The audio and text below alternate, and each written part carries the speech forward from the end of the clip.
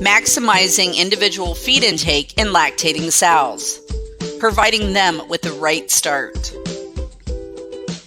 In this video, we will go through the main areas to look at from pre-farrow up to day 7 of lactation to support individual feed intake.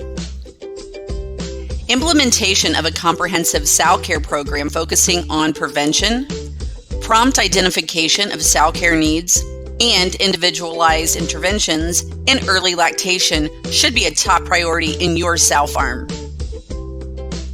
In the following slides are sow care management recommendations for pre-farrowing. Keeping sows in good condition throughout gestation is imperative. Heavy sows eat less in lactation than ideal body condition sows. We need to flag and treat the females with early identification of compromised hoof integrity or structure issues, and also early wean them if necessary. Place all gilts together when loading the farrowing room. They need extra attention for water and feed training pre-farrow. It is important to train your gilts before they farrow. Make sure they know how to drink and where to drink within 24 hours from loading the farrowing room. Check the water nipple flows daily. They should be on a 2 liter per minute range. Stand the sows up twice a day and touch the water nipple to stimulate water intake. Train your gilts pre-farrow on full feed access as well when using automated full feeders. Touch and show them how to activate the mechanism to access the feed. The sows should have unrestricted access to fresh feed, even from 2 to 3 days prior farrowing, when arriving in the right body condition.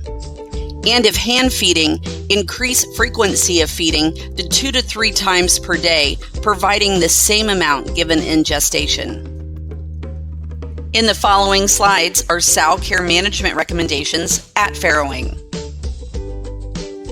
The temperature at farrowing is recommended to be between 72 and 74 degrees Fahrenheit. Deep pit rooms are 74 to 76 degrees Fahrenheit.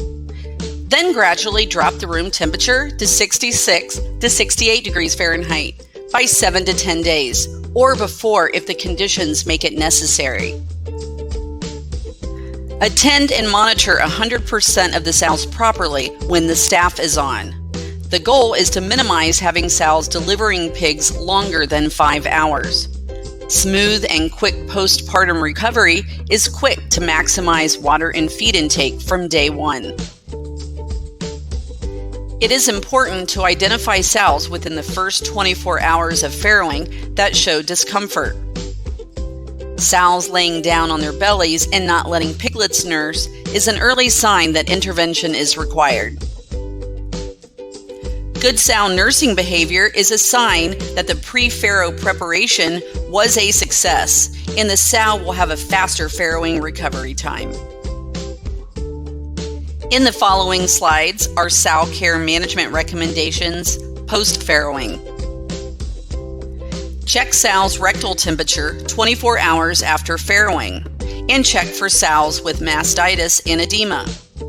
Also check for sows that did not eat or drink in the first 24 hours.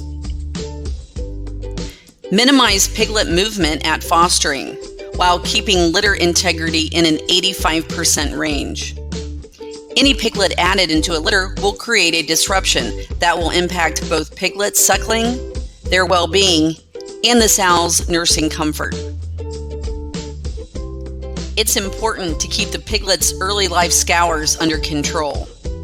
Sick piglets will not nurse as much, causing milk reduction in the sow. That will impact negatively on the sow's well-being and appetite.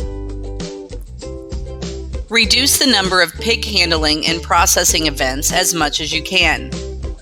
Any stress events on litters could impact the individual's feed intake in the subsequent 12 to 24 hours. Stand the sows up at least twice a day, especially the P1s. This is also a good opportunity to check legs and for lameness on sows and to stimulate their appetite. Early identification of sows that are capable of eating more is important. Empty feeders in the morning is definitely a red flag. As an empty feeder in the morning is a red flag, a full feeder in the morning is a red flag as well. Identify those sows that have not eaten or drank from the day before. Daily adjustments in feeders and daily removal of wet and spoiled feed will help to keep the sows eating. Daily fresh feed allowance is key. It is also very important to monitor the sow's water intake on a daily basis. In this photo, with the cobwebs on the water nipple, identifies that that sow has not drank from that water nipple. These are general recommendations, and we encourage the production staff to follow their farm protocols.